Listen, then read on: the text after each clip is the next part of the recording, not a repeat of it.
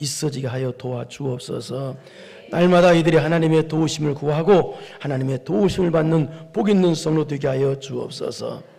또 성도 중에 기도 제목이 있습니다. 힘들었던 23년은 주의 은혜로 잘 버티게 하시고 함께 해주셔서 감사드립니다.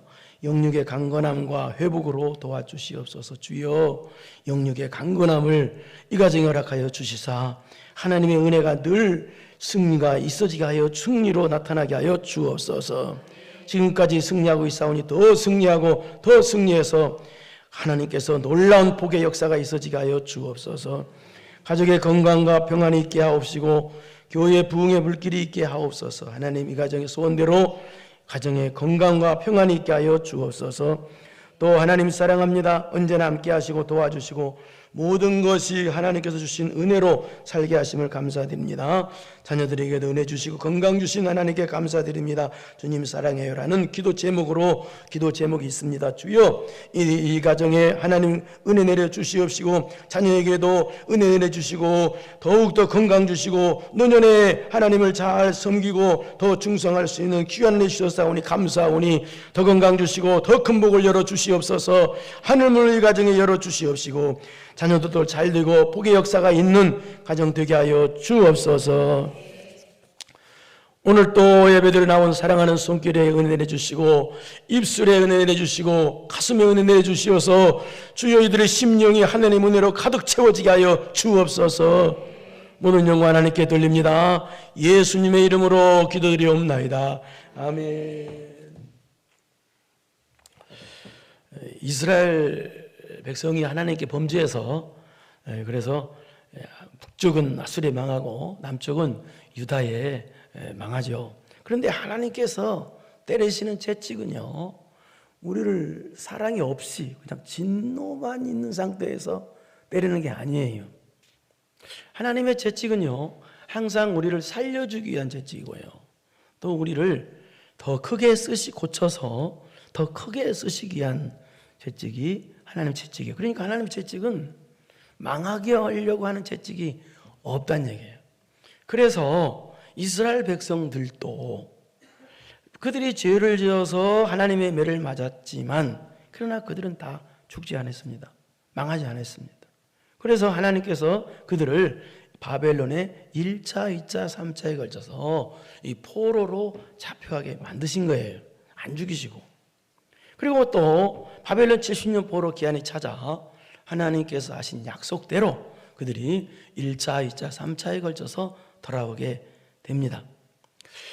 1차 때는 수룹바벨 인도로 돌아오고요, 2차 때는 에스라 인도로 돌아오고 3차 때는 느헤미야 인도로 돌아옵니다.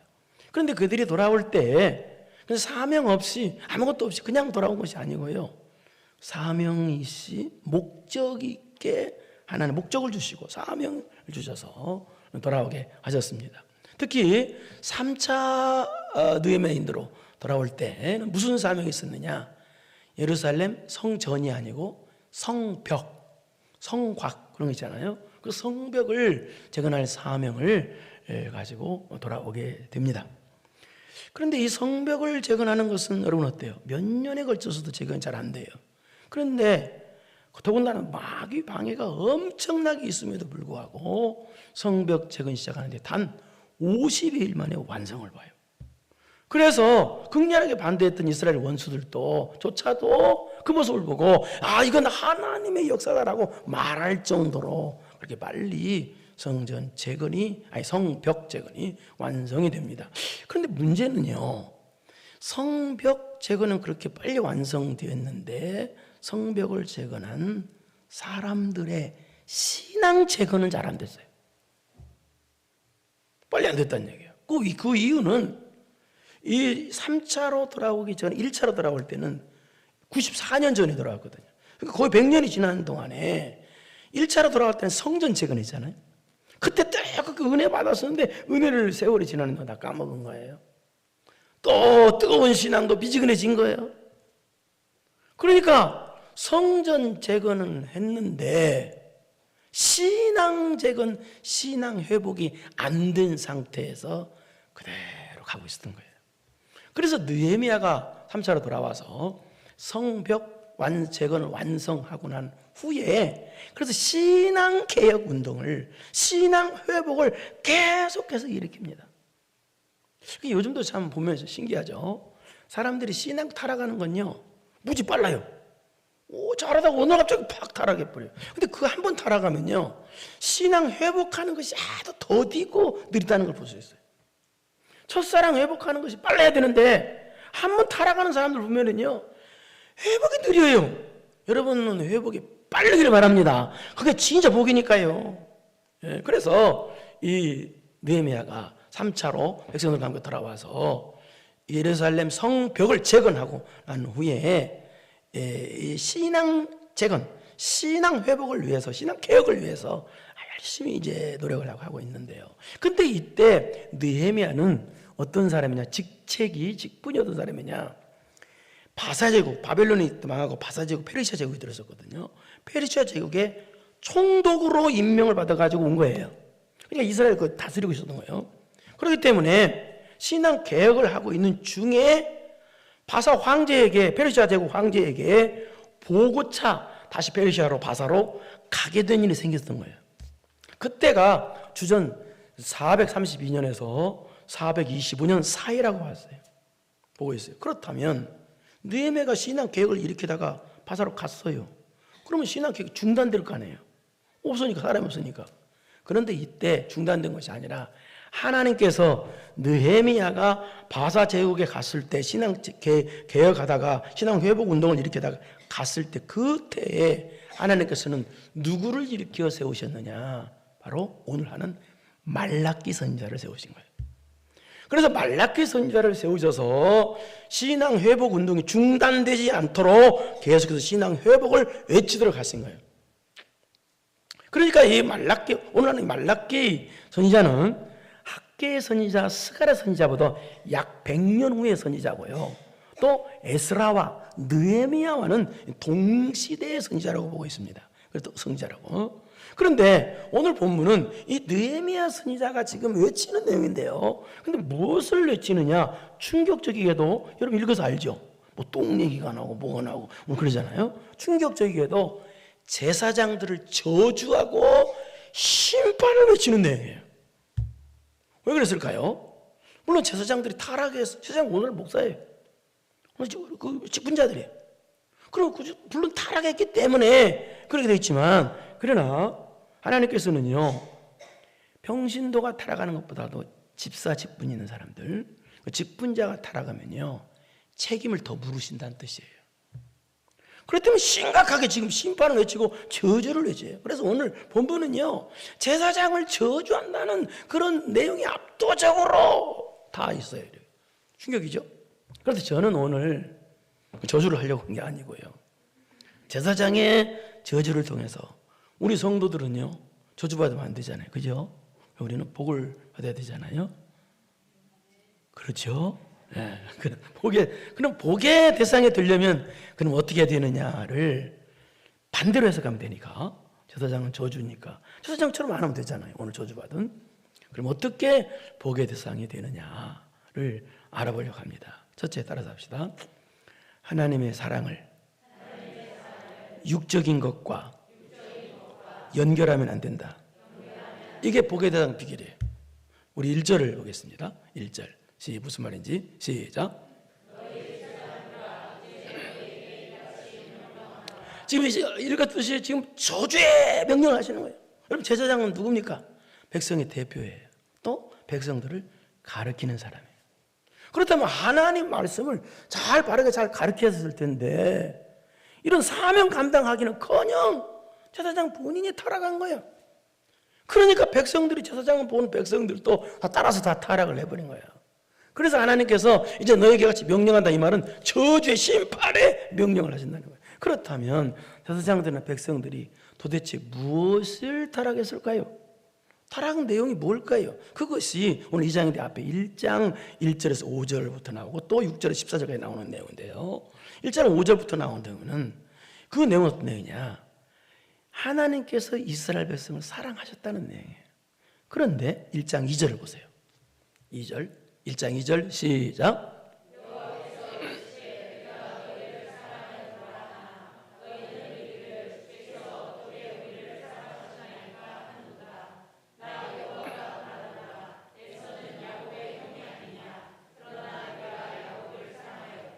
이 말은 하나님의 사랑을 받은 이스라엘 백성이 감사하지 않았어요.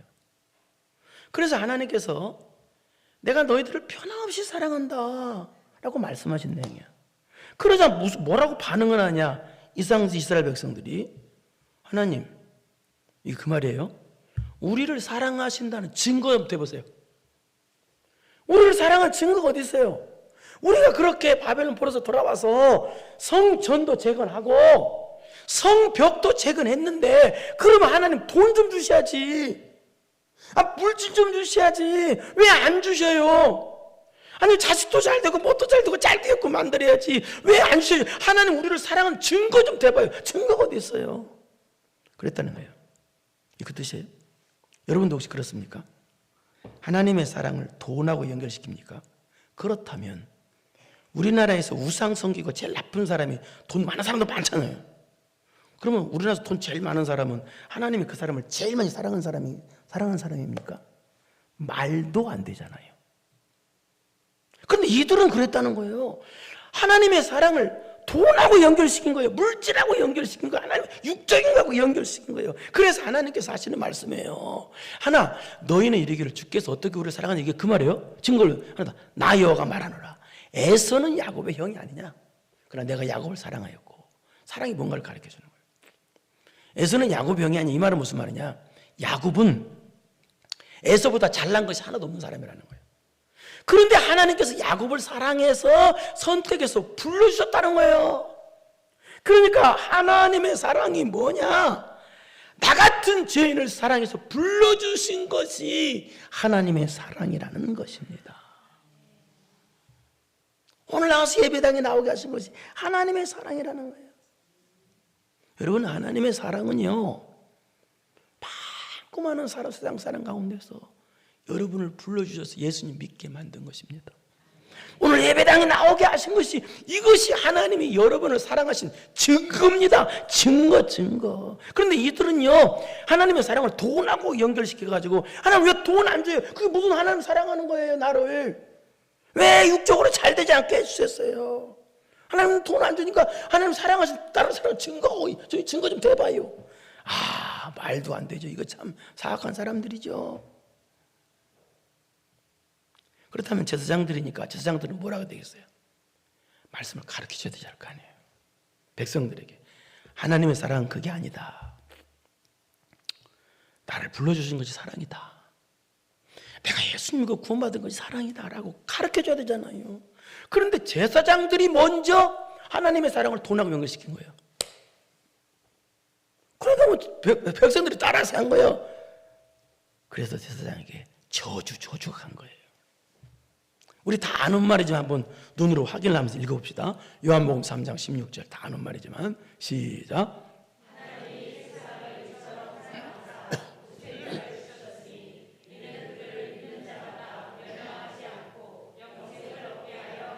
하나님이 우리를 사랑하신 것이 뭐라고 그랬어요? 여기 보니까요.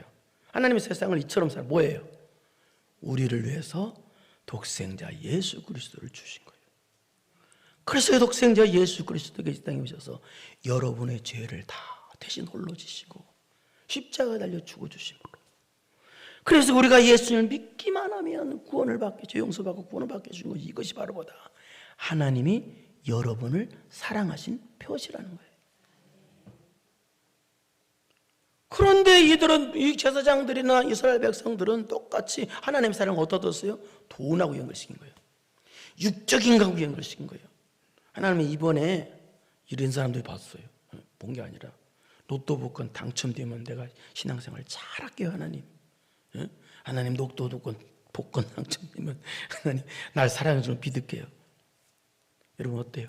말이 안 나오잖아요. 말도 안 되잖아요. 그러니까 이렇게 제사장이 타락하니까 어떻게 해요? 제사장은 뭐 하는 사람입니까? 예배 드리는 사람이에요. 예배. 그러니까 예배가 타락할 거 아니에요. 예배 타락이 뭐예요? 하나님을 사랑하는 마음 없이 형식적으로 예배 드리는 거예요. 하나님을 사랑하는 마음 없이 형식적으로 예배 드리는 것이 예배 타락이에요. 하나님의 사랑을 구원에다 두고 하나님의 사랑을 나 같은 죄인을 오늘 예배당에 부르셔서 오늘 예배드리게 하고 말씀 듣게 하신 것이, 이것이 하나님의 사랑이라는 걸 알아야, 그래야 하나님을 사랑하는 마음으로 신령과 진정으로 예배를 드릴 텐데, 하나님의 사랑을 돈에다 연결시키니까, 돈 안 주니까 뚜뚜한 마음으로 나가서 예배 드리니 예배 타락이 온 거예요.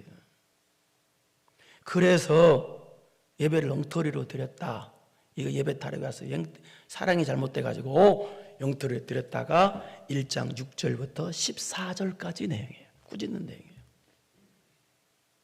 여러분, 복의 대상이 돼야 되죠. 복의 대상이 되려면 하나님의 사랑을 육적인 것과 연결시키면 안 됩니다. 돈하고 연결시키면 안 됩니다. 그럼 예배 타락이 옵니다. 나 육적으로 잘 되면 그 하나님 나 사랑하는 겁니까? 그럼 육적으로 안 되면 그럼 하나님 나를 안 사랑하는 거예요? 말이 안 되잖아요. 이스라엘은 그랬다는 거예요. 육적으로 잘 되면 하나님 나 사랑하고, 육적으로 안 되면 하나님 나를 안 사랑하는 거고, 이건 말이 안 되는 거라 그 말이에요. 그런데 좀 내가 좀 흥분하는 것 같습니다. 근데 이스라엘 백성이 그랬다는 얘기입니다. 그래서 저주의 대상이 됐다는 얘기예요. 두 번째, 복의 대상이 되기 위해서는 두 번째, 따라서 합시다. 하나님의 말씀을 내 마음에 두어야 된다. 2절을 보겠습니다. 2절 시작.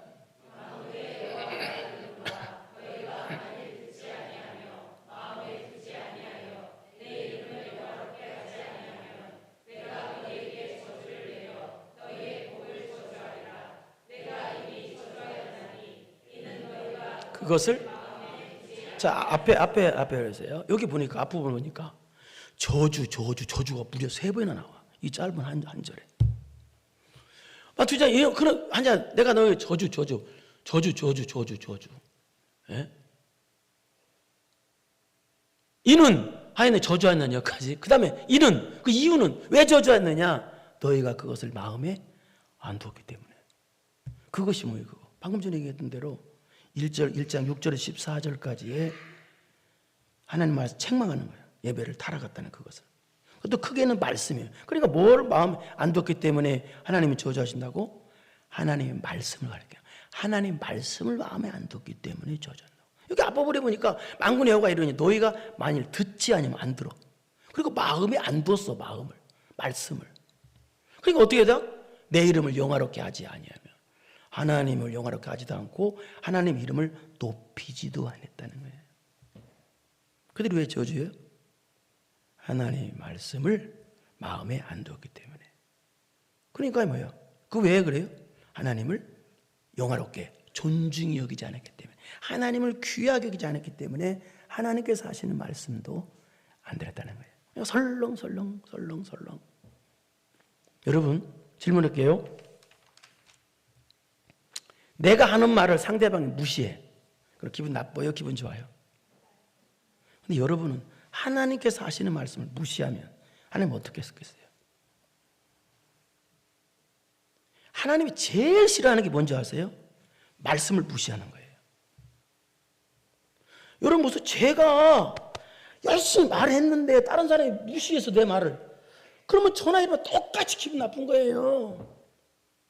하나님께서 하신 말씀인데 여러분이 말씀을 마음에 안 둬. 그러면 하나님이 제일 싫어하신 거예요. 그래서 시편 1편에 시작하자마자 제일 복 있는 사람이 누구냐? 하나님 말씀 마음에 드는 사람이라는 거예요.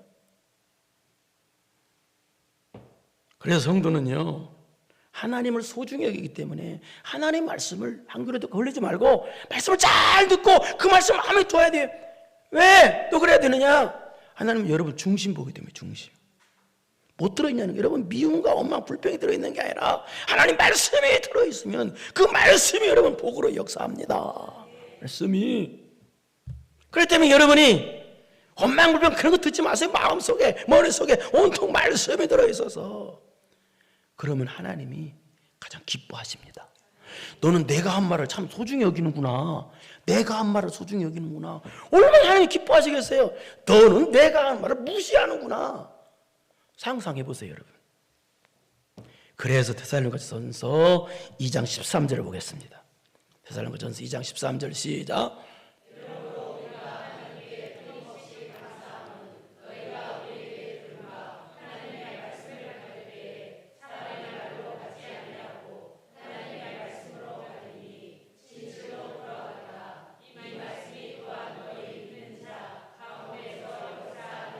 말은 무슨 말이냐? 데살로니가 성도들은요, 하나님 말씀 받을 때 여기 끊임없이 하나님 감사하면 너희가 우리가 들으면 하나님 말씀 받을 때 사람 하나님 말씀 받음이라. 이 말은 무슨 말이 뜻입니다? 하나님 말씀을 잘 듣고 막 기쁘게 열렬히 받았다는 뜻이에요. 이 말은 바울 사도가 전하는 말씀을, 제가 전하는 말씀이 똑같잖아요. 그 말씀을 하나님 말씀으로 믿고 그냥 기쁘게 열렬히 받았다. 저 말씀을 하나님 말씀이 나고 열렬히 받았다. 그러니까 뭐라고 그래요? 말씀을 받으면 뭐라고 그래요? 진실로 그러하도다. 그러다 있잖아요. 이 말은 무슨 말이냐면 그 말이 맞다. 왜 말하냐? 이 말씀이 또한 너희 믿는 자 가운데 역사한다. 왜 하나님 말씀을 마음에 두는 게 복이냐? 하나님께서 하신 말씀이기 때문에 하나님께서 그 말씀을 책임지니까 그렇다는 뜻이에요. 사람이 하는 말도 사람이 책임지면 역사가 일어나는데 거짓말만 못하시는 하나님이에요. 하나님께서 하신 말씀이니까 하나님께서 책임진다는 거예요. 그 말에. 그렇기 때문에 하나님의 말씀을 마음에 두는 것이 그렇게 복이라는 거예요. 이해되겠죠? 어떻게 해야 되겠어요, 여러분? 그런데 제사장들은, 이 당시 장들은요, 당연히 하나님 말씀을 마음에 둬야 되는데 안 둔 거예요.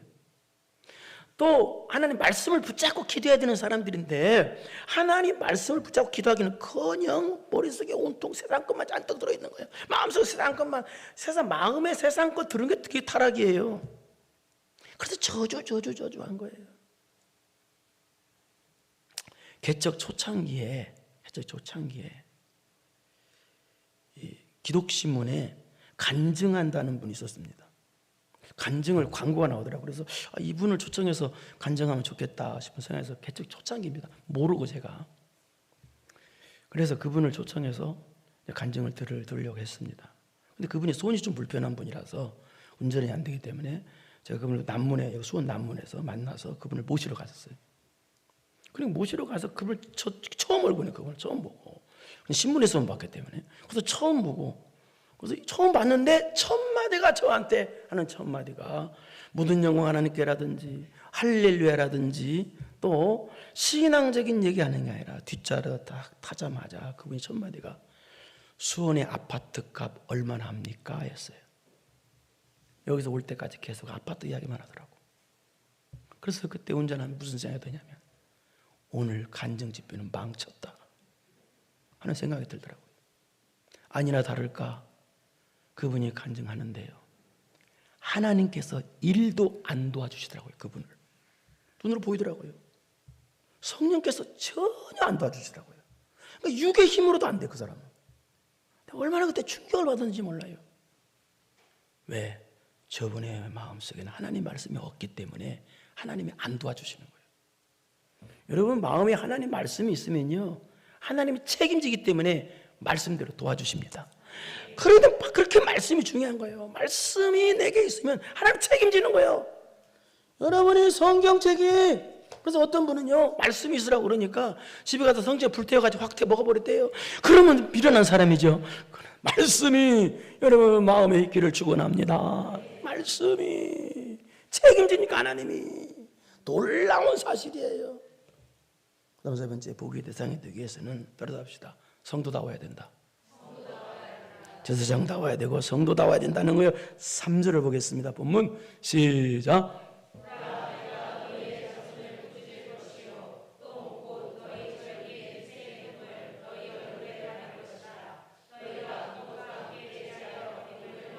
성경책에 똥 얘기 나오는 게 있어요.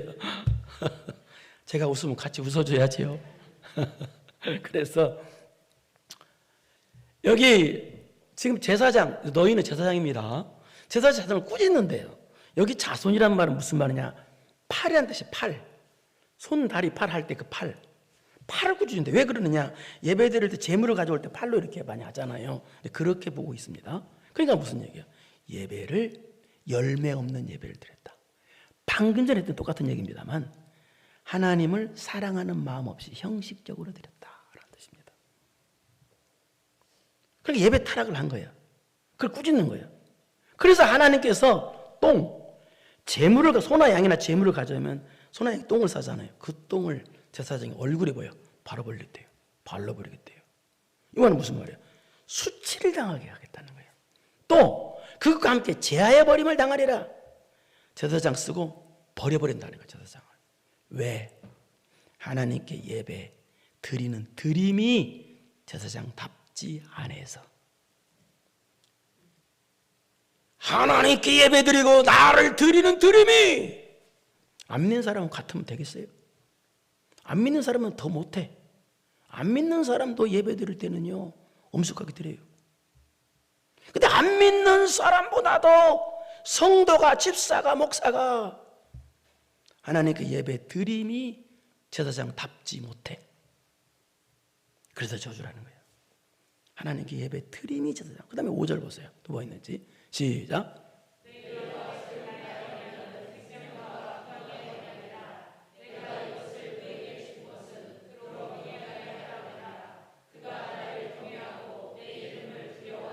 여기 보니까 내가 이것을 그 얘기, 여기 이것이란 말은 무슨 말이냐? 제사장 직분을 주신 이유는 그 뜻이에요. 왜 우리에게 목사 직분 주고 집사 직분 주고 성도라는 직분을 주셨냐? 그 이유는 왜 줬다? 시작. 하나님을 경외하라고 주셨다는 거예요. 그런데 그가 안에 여기 그는 타락한 제사장이 아니라 타락하지 않은 제사장이란 뜻이 여기는 그가 나를 경외하고 내 이름을 두려워했다. 타락한 제사장 아닌 충성스러운 제사장은 하나님을 경외하고 하나님을 두려워했는데 너희들은 왜 충성스러운 제사장처럼 그렇게 하나님을 경외하고 두려워하지 않느냐? 무슨 얘기입니까? 왜 얘들이 저주의 대상이 됐어요? 하나님을 경외하는 마음이 없었어. 그러니까 뭐예요? 마음이 제사장답지 못했어. 하나님을 경외한다는 말은 하나님을 의지한다는 말이고 하나님 말씀에 절대 복종한다는 뜻입니다. 두려워한다는 뜻이 아니고요. 두려워하는 뜻도 있지만 그런 뜻이에요. 그렇다면 제사장 다우려면 어떻게 돼요? 경외하는 마음이 있어야 되잖아요. 근데 제사장의 조건이 뭐예요? 드림이 제사장답지 못했고 이제는 마음이 제사장답지 못했어. 우리는 예배 드릴 때 하나님을 경외하는 마음으로 예배를 드려야 될 거 아니야. 이 마음이 제사장답지 못했어. 그 다음에 또 뭐가 제사장답지 못했냐? 7절을 보세요. 7절 시작.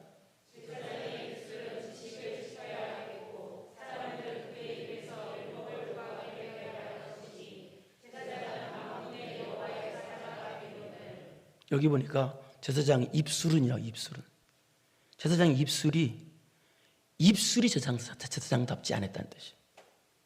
입술이 제사장다워야 되는데, 그리고 제사장은 어떤 사람이 만군의 여호와의 사자가 됩니다. 여기 사자가 된다는 말은 하나님께서 특별히 임명해서 뽑아서 하나님을 대신해서 일하게 만든 사람이에요. 그러니까 성경 구약에 보면은 사자가 나올 때는 천사가 나온다든지 선지자가 나와요. 그러니까 구약에 만군의 여호와 사자가 됩니다. 이 말은 무슨 말이냐면 하나님께서 특별히 뽑아 세우신 분, 하나님 일을 하기 위해서. 그러니까 오늘날 말에서는 저와 여러분이 하나님 사자예요.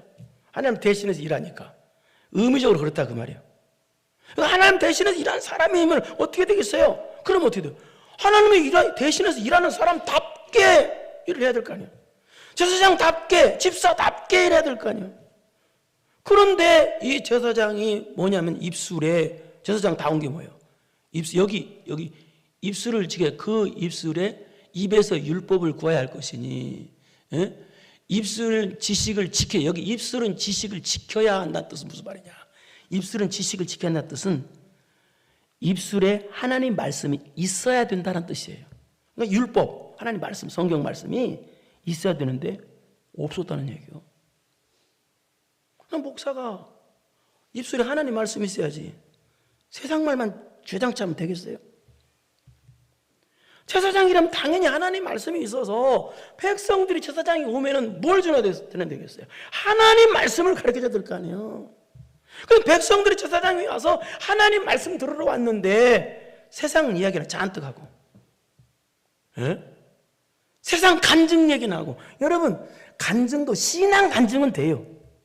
세상 간증, 정치 이야기나 냅들어서 하고, 정치 이야기 하지 말라는 게 아니에요. 하나님 말씀 안에서 하면 돼요.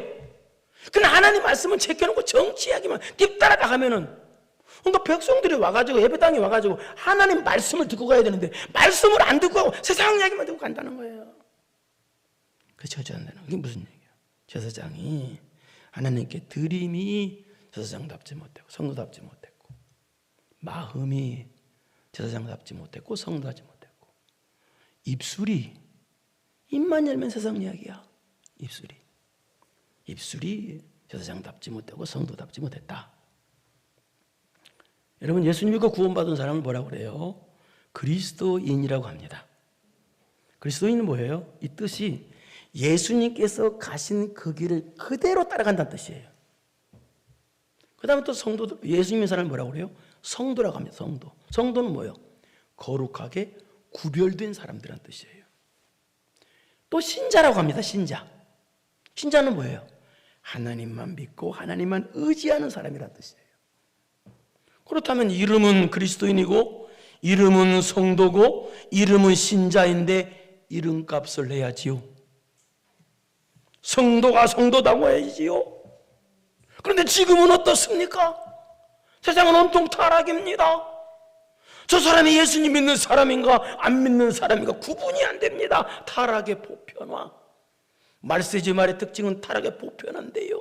지금 타락의 보편화 시대에 저와 여러분은 살고 있습니다. 특히 방송국에서 더 부채질합니다. 예수님 믿는 사람들이 방송국에 나와서 온갖 더러운 말을 합니다. 그리고 그 사람들이 또 기독교 방송에 가서는 또 할렐루야 합니다. 충격입니다. 예수님 믿는 사람이 예수님 믿는 사람답지 않습니다. 집사가 집사답지 않습니다. 성도가 성도답지 않습니다.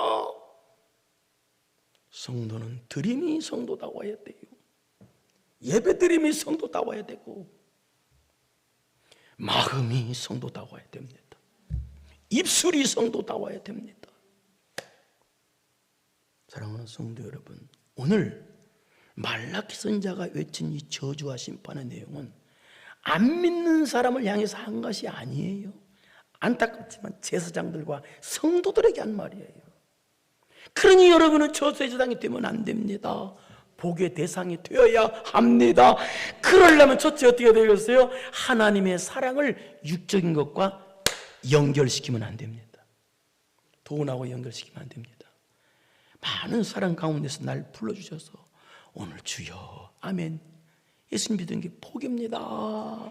이게 사랑, 여러분 사랑은 표시예요. 오늘 예배드리게 만드신 거 이게 하나님이 여러분을 사랑한다는 표시입니다. 예? 육적으로 잘 되면 하나님 나를 사랑하는 것 같고 육적으로 안 되면 하나님 나를 안 사랑하는 것 같고 이건 말이 안 되는 겁니다. 말도 안 되는 얘기가 말도 안 돼요. 그래서 여러분 하나님 여러분을 편치 않고 사랑한다는 걸 믿으십시오. 예? 두 번째는 말씀을 마음에 두어야 됩니다. 예? 내가 한 말 다른 사람이 무시하면 얼마나 기분 나빠요. 근데 여러분 하나님 말씀을 무시해봐. 하나님이 제일 싫어하는 게 그거예요. 그래서 하나님께서 하신 말씀 하나님 존중히 여겨서 말씀을 잘 듣고 그 말씀을 마음에 새겨요. 그래야 복이에요. 왜? 하나님께서 하신 말씀이기 때문에 하나님께서 책임지시니까. 믿으십시오. 하나님 말씀은 누가 책임져요? 하나님 책임져요. 그러니까 말씀이 있는 거 최고 복이요. 모든 영광 하나님께 돌립시다. 할렐루야! 한 번 더 돌립시다. 모든 영광 하나님께. 그게 복이라는 거예요. 이게 복. 그 다음에 세 번째 집사다워야 돼요. 성도다워야 돼요. 그러면 어떻게 돼요? 드림이 예배 드린 모든 게 달라야 돼요. 집사다워야 돼요. 그 다음에 뭐예요? 마음이 달라야 돼요. 마음이 집사다워야 돼요. 그 다음에 입술이 입만 열면 세상 얘기야. 입만 열면 못망울병이야. 그건 집사도 아니요. 그건 누구야? 안 믿는 사람이야. 그거지. 예? 그래서 사랑을 구원에다 두고 말씀이 여러분 마음에 있고 성도다워서 복의 주인공 되기를 축원합니다. 이제는 우리 구주 예수 그리스도의 은혜와 전능하신 하나님 아버지의 무한하신 사랑하심과 성령님의 교통교제 감동감하심이 나 같은 죄인을 구원해 주신 거에다가 하나님의 사랑을 두고 마음에 말씀을 두고 성도답기로 마음 깊이 결단하고 돌아가는, 그래서 복의 대상 되기로 마음 깊이 결단하고 돌아가는 사랑하고 사랑하는 성도들 머리머리 위에 이제로부터 영원토록 함께 있을지어다. 아멘.